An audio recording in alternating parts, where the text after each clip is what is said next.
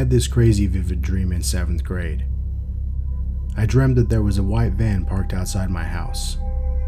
A man got out, walked up to my house, broke in, and then went to my brother's room and killed him.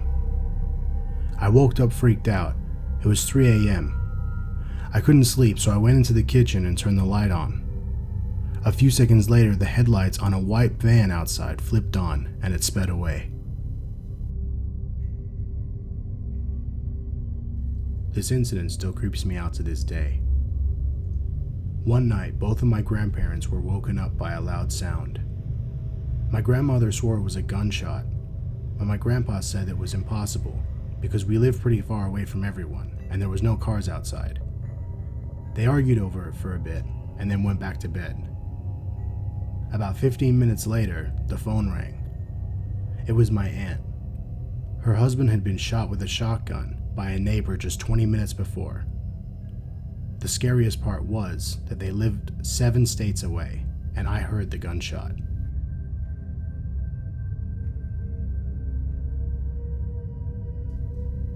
I remember being pretty young, like 9 or 10 years old.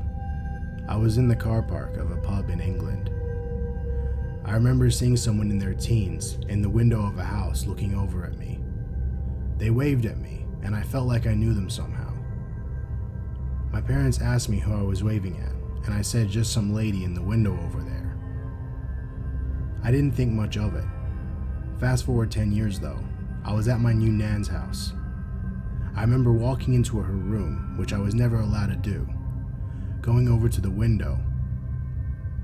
I then realized I was in the house looking over the same parking lot and remembering that interaction years before.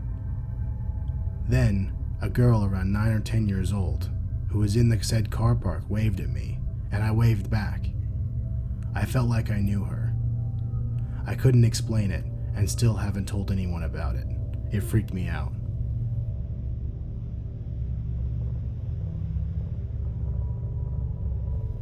In college, I took a journalism class where one of my assignments was to write an obituary for one of my grandparents. The professor told us to write it on a deceased grandparent, but if all of your grandparents were still alive, you had to just choose one. In my case, all of my grandparents were still alive. I didn't actually end up doing the assignment until the night before it was due, because it seemed like a stupid assignment, especially since all of my grandparents were still alive. I decided to try and find an easy grandparent to write about.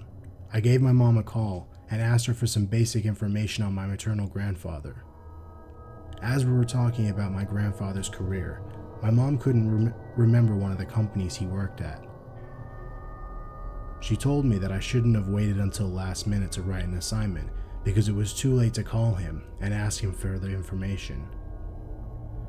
She ended up giving him a call anyways, just to see if he was awake and might still be able to answer the questions for me. When my mom called my grandpa, my grandmother answered the phone in a panic. She told us that the paramedics had just arrived and were performing CPR on him because he had stopped breathing and lost consciousness. My mom was able to stay on the phone with my grandma until they took my grandfather to the hospital where he was declared dead. In the time my mom and I had been talking on the phone about my grandfather's obituary, he was actually dying. His death was entirely unexpected at that.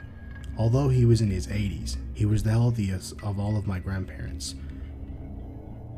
We ended up using the obituary I wrote for that writing assignment as his actual obituary. It still freaks me out when I think about the timing of everything.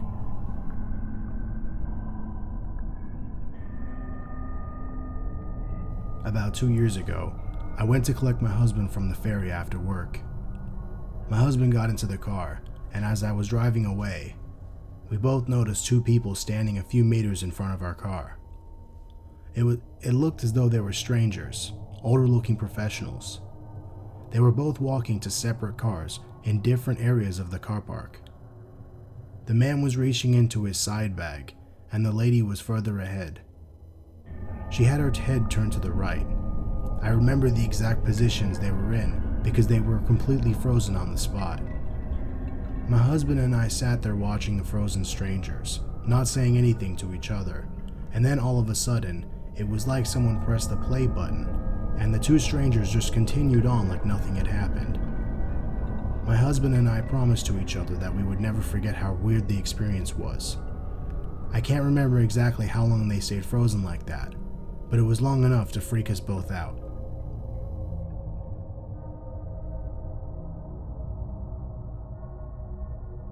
Every night, I go to bed about 2 hours before my husband does.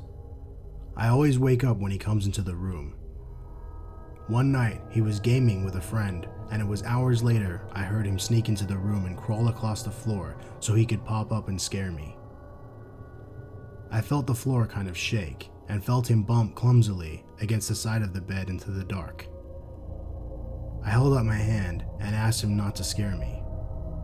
I was already scared enough and begged him to just take my hand and come to bed. I couldn't see anything in the room, but I knew he was there and just waited for him to jump up so I could move on and go back to sleep. That's when I heard him talking to his friend in the other room. I was frozen. I know there's sleep paralysis or lucid dreaming or something that explains this, but I would have sworn on my son's life that someone had crawled across the floor and jostled the bed. Eventually, I worked out the fear enough to grab my phone and text my husband to come in and turn the lights on and check under the bed. It still freaks me out, seeing as no one was ever in the room.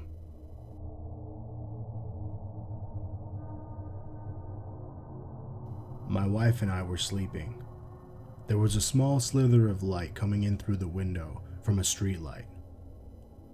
The room and the bed were dimly visible, and our black Pomeranian was at the end of our bed asleep. I dreamt that I woke up, reaching down to pet him, and he turned into a glossy black oyster thing which opened up to reveal several rows of gleaming glass white teeth. I woke up to my ex backpedaling up the bed, over the pillows towards the wall. I asked her what was wrong, and she said, "What is that shiny thing with the teeth at the end of the bed?" We both had had the exact same nightmare at the same time, and woke up at the same time. This still gives me the chills.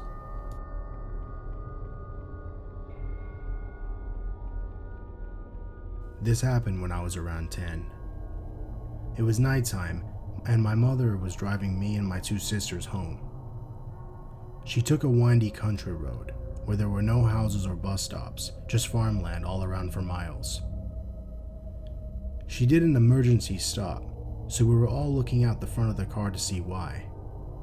She and one of my sisters started angrily talking about how that guy shouldn't be walking on the road in the dark, and wondering where he's even going to go since he was dressed in pure white and crossing towards a field which led to nothing. It also wasn't a busy road, so it makes no sense why he chose to cross when a car was coming. My mom all of a sudden starts driving again really fast. She and my sister start freaking out that he'd vanished once he reached the other side of the road. Not only that, but me and my other sister hadn't seen anyone cross the road at all, and the whole time we wondered who they were talking about, but assumed it was something in the distance. They still insist that it was right in front of the car.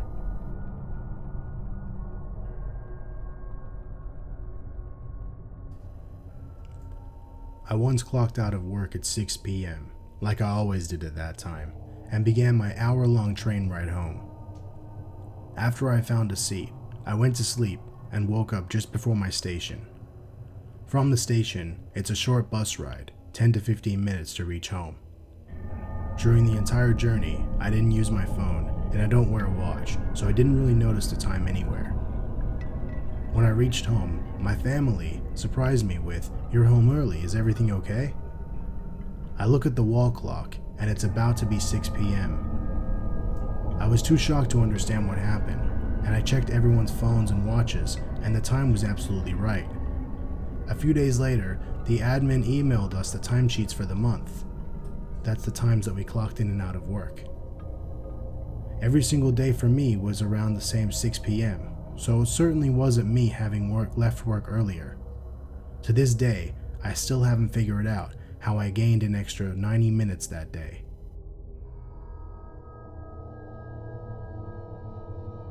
Around 12 years ago, I had a dark purple 3 Series BMW, which I drove to work and parked in the exact same spot every single day for around 3 years.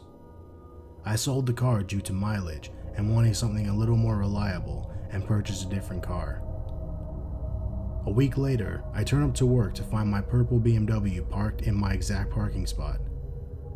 It really surprised me, and it turned out we had a work experience kid starting that day, and his dad had dropped him off in my old car that he had bought 2 days earlier.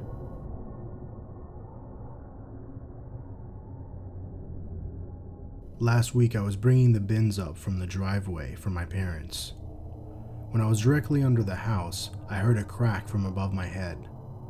I looked up and didn't see anything, so I shrugged it off as just my imagination. I turn back to the street and take a few steps forward when I hear something smash into the place that I'd just been standing. I turn back and see a huge icicle shattered on the ground. This was big enough that it could have hurt me if it landed on me. The part that surprised me was there were no icicles hanging from the roof when I looked up before. To this day, I still don't know what made that crack sound that made me look up in the first place.